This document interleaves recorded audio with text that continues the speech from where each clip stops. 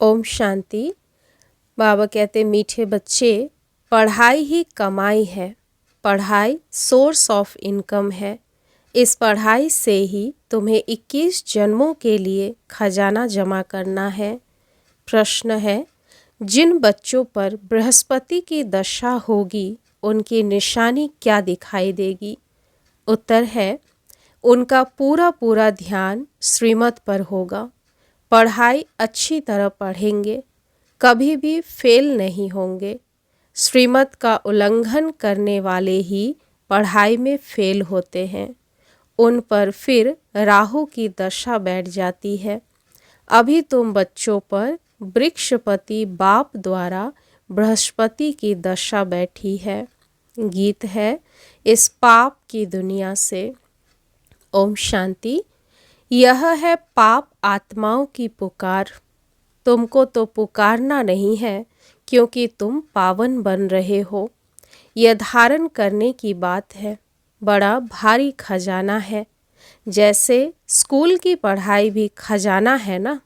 पढ़ाई से शरीर निर्वाह चलता है। बच्चे जानते हैं भगवान पढ़ाते हैं। यह बड़ी ऊंच कमाई है, क्योंकि एम ऑब्जेक्ट सामने खड़ी है।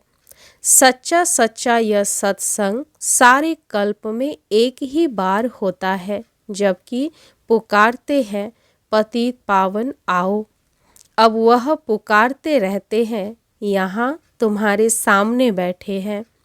तुम बच्चे जानते हो, हम पुरुषार्थ कर रहे हैं नई दुनिया के लिए, जहाँ दुख का नाम निशान नहीं होगा। तुमको चैन मिलता है स्वर्ग में। नरक में थोड़े ही चैन है। यह तो विषय सागर है। कलयुग है ना। सब दुखी ही दुखी है। भ्रष्टाचार से पैदा होने वाले हैं, इसलिए आत्मा पुकारती है, बाबा हम पतित बन गए हैं। पावन होने के लिए गंगा में स्नान करने जाते हैं। अच्छा, स्नान किया तो पावन हो जाना चाहिए ना। फिर घड़ी घड़ी धक्के क्यों खाते हैं? धक्के खाते सीढ़ी नीचे उतरते उतरते पाप आत्मा बन जाते हैं। 84 का राज तुम बच्चों को बाप ही बैठ समझाते हैं।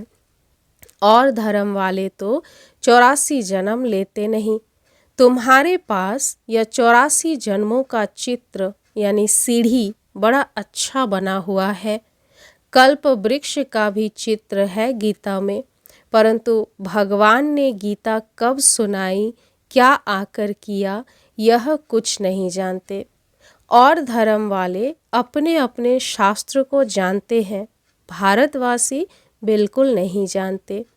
बाप कहते हैं, मैं संगम युग पर ही स्वर्ग की स्थापना करने आता हूँ। ड्रामा में चेंज हो नहीं सकती।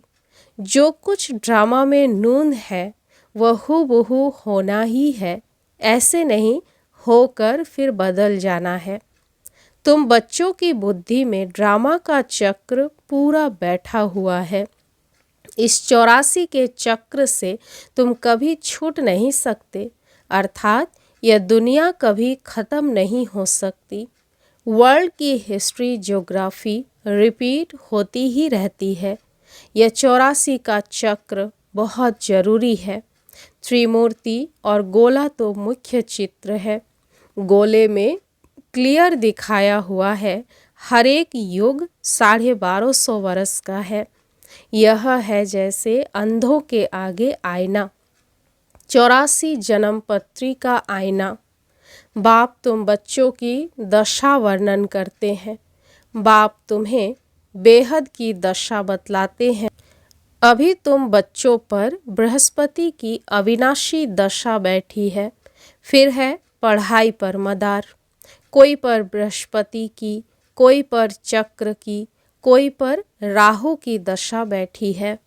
नापास हुआ तो राहु की दशा कहेंगे। यहाँ भी ऐसे है। श्रीमत पर नहीं चलते हैं तो राहु की अविनाशी दशा बैठ जाती है। वह बृहस्पति की अविनाशी दशा, यह फिर राहु की दशा हो जाती। बच्चों को पढ़ाई पर पूरा ध्यान देना चाहिए। इसमें बहाना नहीं देना चाहिए। सेंटर दूर है, यह है, पैदल करने में 6 घंटा भी लगे तो भी पहुंचना चाहिए। मनुष्य यात्राओं पर जाते हैं, कितना धक्के खाते हैं। आगे बहुत पैदल जाते थे, बैलगाड़ी में भी जाते थे।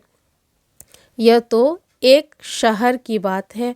यह बाप की कितनी बड़ी यूनिवर्सिटी है जिससे तुम यह लक्ष्मी नारायण बनते हो।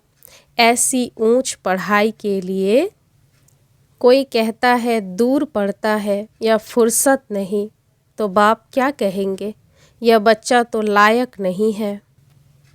बाप ऊंच उठाने आते या अपनी सत्यानाश कर देते। श्रीमत कहती है, पवित्र बनो, दैवी गुण धारण करो। इकट्ठे रहते भी विकार में नहीं जाना है। बीच में ज्ञान योग की तलवार है। हमको तो पवित्र दुनिया का मालिक बनना है। अभी तो पतित दुनिया के मालिक है ना। वह देवताएं थे, डबल सिर ताज। फिर आधा कल्प बाद लाइट का ताज उड़ जाता है। इस समय लाइट का ताज कोई पर भी नहीं है, सिर्फ जो धर्म स्थापक है उन पर हो सकता है, क्योंकि वो पवित्र आत्माएं शरीर में आकर प्रवेश करती है। यही भारत है जिसमें डबल सिरताज भी थे, सिंगल ताज वाले भी थे। अभी तक भी डबल सिरताज के आगे सिंगल ताज वाले माथा टेकते हैं, क्योंकि वह है पवित्र महाराजा महारानी। महाराजाएं राजाओं से बड़े होते हैं। उनके पास बड़ी बड़ी जागीर होती है।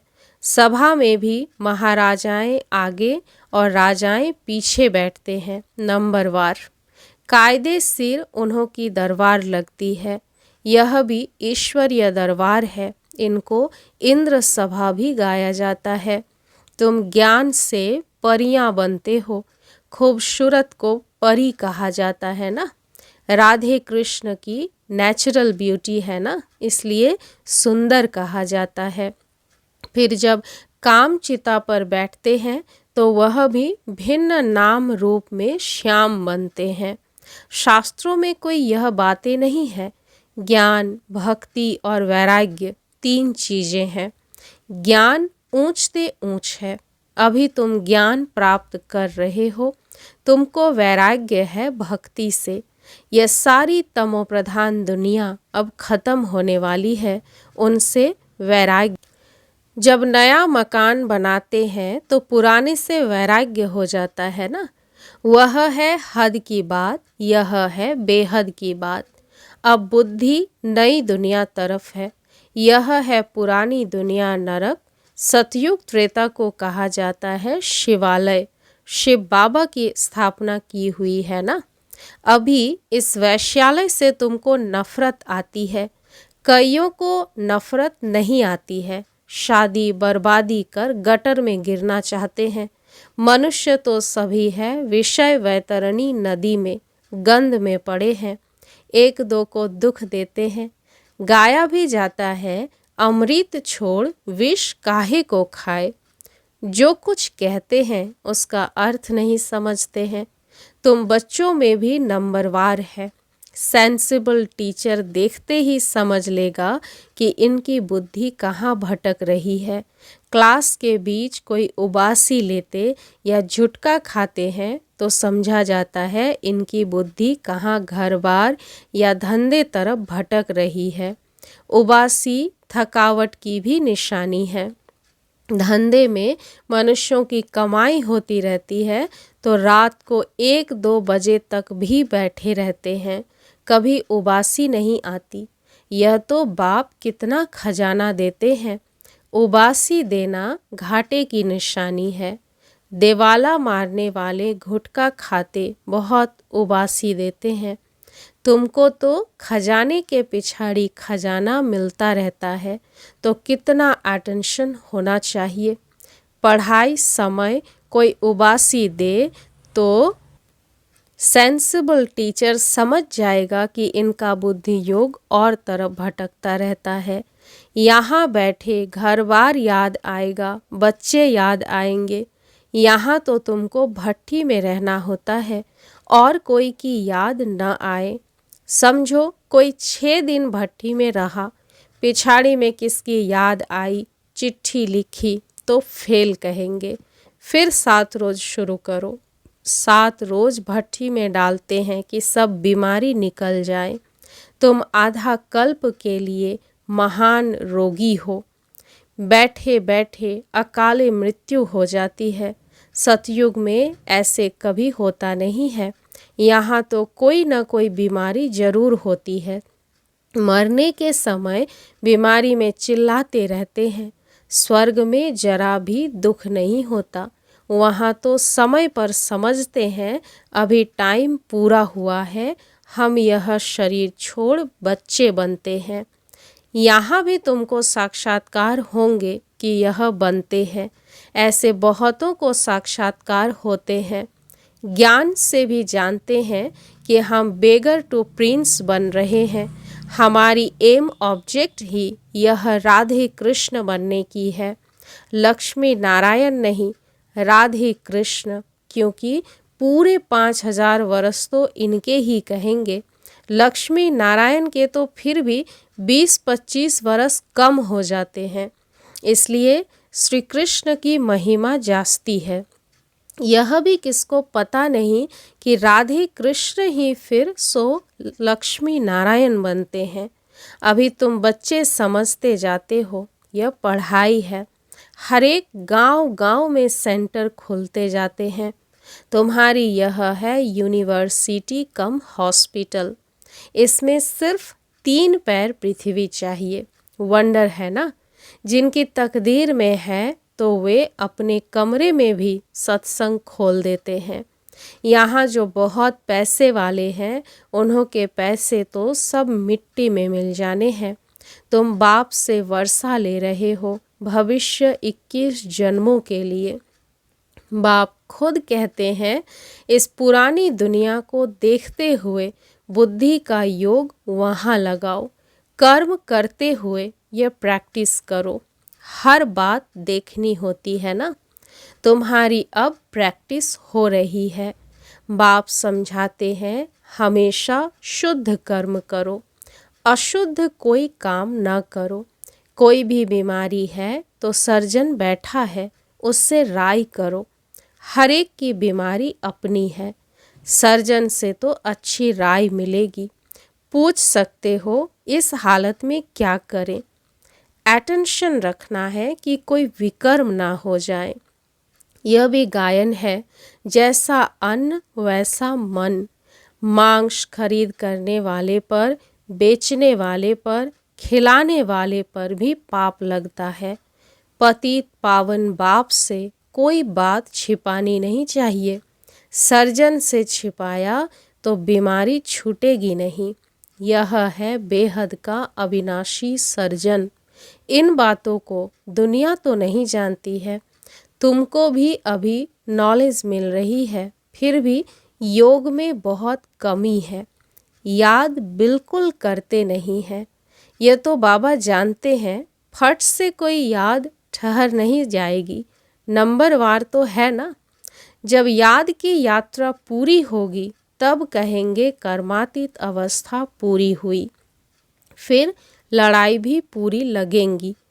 तब तक कुछ न कुछ होता फिर बंद होता रहेगा। लड़ाई तो कभी भी छिड़ सकती है, परंतु विवेक कहता है जब तक राजाई स्थापन नहीं हुई है तब तक बड़ी लड़ाई नहीं लगेगी। थोड़ी थोड़ी लगकर बंद हो जाएगी। यह तो कोई नहीं जानते कि राजाई स्थापन हो रही है। सतो प्रधान, सतो रजो तमो बुद्धि तो है ना। तुम्हारे में भी सतो प्रधान बुद्धि वाले अच्छी रीति याद करते रहेंगे।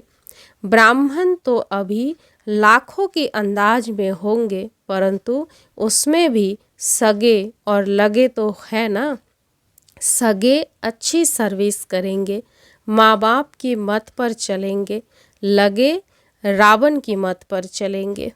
कुछ रावण की मत पर, कुछ राम की मत पर। लंगड़ाते चलेंगे। बच्चों ने गीत सुना, कहते हैं बाबा ऐसी जगह ले चलो जहाँ चैन हो। स्वर्ग में चैन ही चैन है, दुख का नाम नहीं।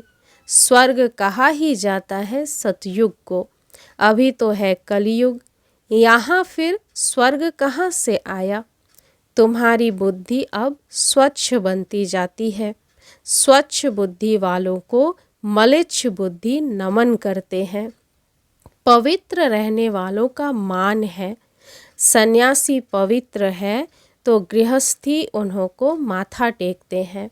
सन्यासी तो विकार से जन्म ले फिर सन्यासी बनते हैं। देवताओं को तो कहा ही जाता है संपूर्ण निर्विकारी। सन्यासियों को कभी संपूर्ण निर्विकारी नहीं कहेंगे।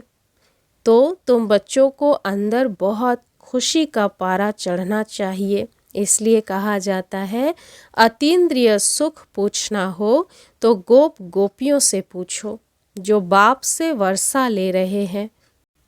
यहाँ सम्मुख सुनने से नशा चढ़ता है, फिर कोई का कायम रहता है, कोई का तो झट उड़ जाता है। संग दोष के कारण नशा स्थायी नहीं रहता। तुम्हारे सेंटर्स पर ऐसे बहुत आते हैं। थोड़ा नशा चढ़ा, फिर पार्टी आदि में कहाँ गए, शराब बीड़ी आदि पिया, खलास। संग दोष बहुत खराब है। हंस और बगुले इकट्ठे रह न सकें। पति हंस बनता तो पत्नी बगुला बन जाती, कहाँ फिर स्त्री हंसनी बन जाती, पति बगुला हो पड़ता। कहे पवित्र बनो तो मार खाए। कोई कोई घर में सब हंस होते हैं, फिर चलते चलते हंस से बदल बगुला बन पड़ते हैं।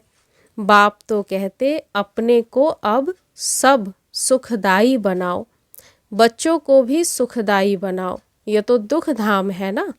अभी तो बहुत आफतें आनी हैं, फिर देखना कैसे त्राही त्राही करते हैं।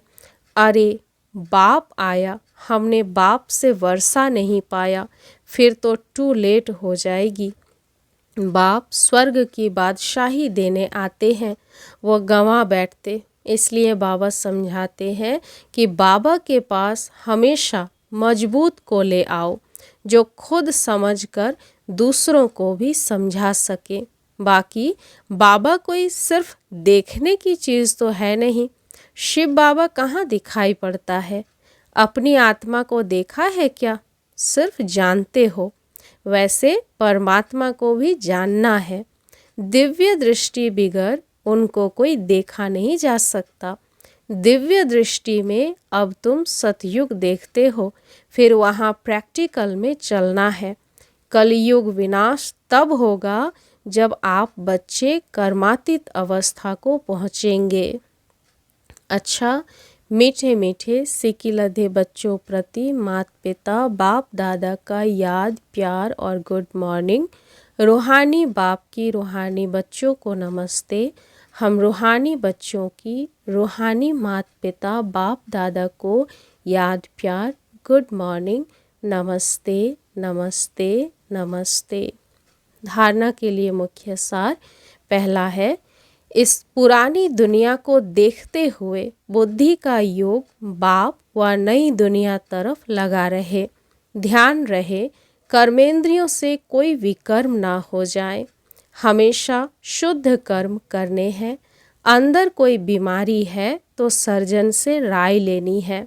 दूसरी, संग दोष बहुत खराब है, इससे अपनी बहुत बहुत संभाल करनी है। अपने को और परिवार को सुखदाई बनाना है। पढ़ाई के लिए कभी बहाना नहीं देना है। वरदान है, श्रेष्ठ भावना के आधार से सर्व को शांति शक्ति की किरणें देने वाले विश्व कल्याणकारी भव। जैसे बाप के संकल्प व बोल में नैनों में सदा ही कल्याण की भावना व कामना है, ऐसे आप बच्चों के संकल्प में विश्व कल्याण की भावना व कामना भरी हुई हो। कोई भी कार्य करते विश्व की सर्व आत्माएं इमर्ज हो।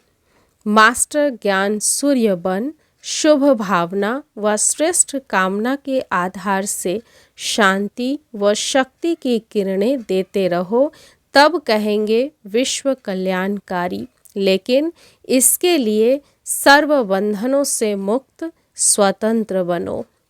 स्लोगन है, मैंपन और मेरापन यही देह अभिमान का दरवाजा है, अब इस दरवाजे को बंद करो। अव्यक्त इशारे हैं, सत्यता और सभ्यता रूपी कल्चर को अपनाओ। सत्यता की परख है संकल्प, बोल, कर्म, संबंध, संपर्क सब में दिव्यता की अनुभूति होना।